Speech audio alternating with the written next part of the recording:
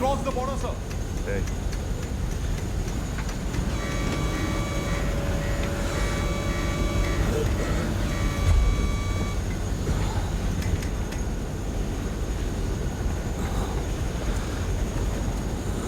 ఆ రోజు నువ్వు గురిపెట్టిన తుపాకీ పేలుంటే ఈ బాడీ చచ్చుండేది.